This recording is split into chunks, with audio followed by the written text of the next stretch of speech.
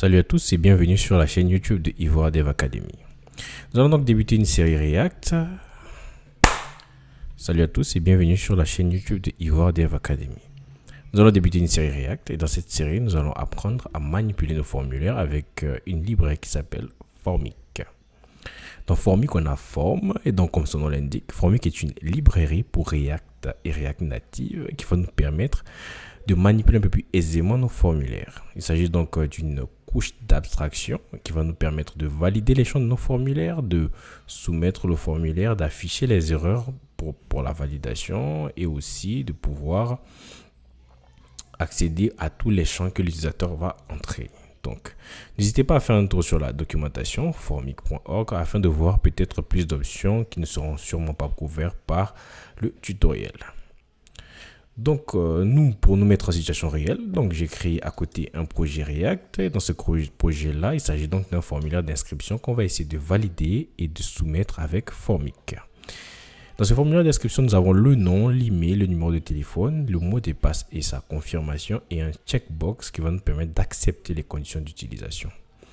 Si le formulaire est valide, on va maintenant essayer de soumettre le formulaire et on va essayer de voir comment est-ce que les données seront soumises à partir de Formic. Donc pour commencer, vous devez d'abord générer un projet Create React App avec NPX. Moi, je l'ai déjà fait. Donc il suffit juste de faire NPX Create React App et vous mettez le nom de votre dossier peut-être React Formic. Vous mettez ce nom comme ça et vous faites entrer. Ça va générer un projet React pour vous. Donc on va ouvrir le dossier que moi j'ai déjà généré. Donc lorsque je viens dans le public, j'ai le fichier index.html. Dans ce fichier-là, j'ai fait une référence au fichier app.css. Il s'agit donc d'un fichier Bootstrap.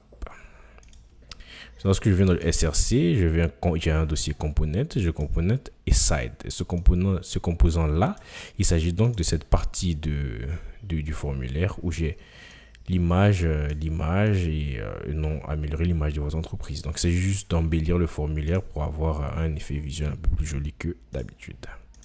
Ensuite, au niveau de l'index.js, ici il n'y a rien de nouveau, tout est là. J'ai enlevé les fichiers que je n'utilisais pas et j'ai juste gardé le fichier index.css. Dans le fichier index.css, j'ai fait quelques petits ajouts afin de pouvoir embellir le formulaire. Et lorsque je viens dans le fichier app.js, il s'agit juste d'un formulaire à utiliser Bootstrap. Donc, vous allez reconnaître le nom des classes de Bootstrap. Donc, il y a form group, nom, form control et tout. Vous retrouverez tous ces fichiers-là au niveau du repo GitHub. Donc, je vais mettre le lien dans la description. Et lorsque vous êtes prêts, on va se retrouver dans la prochaine vidéo pour commencer à utiliser Formic.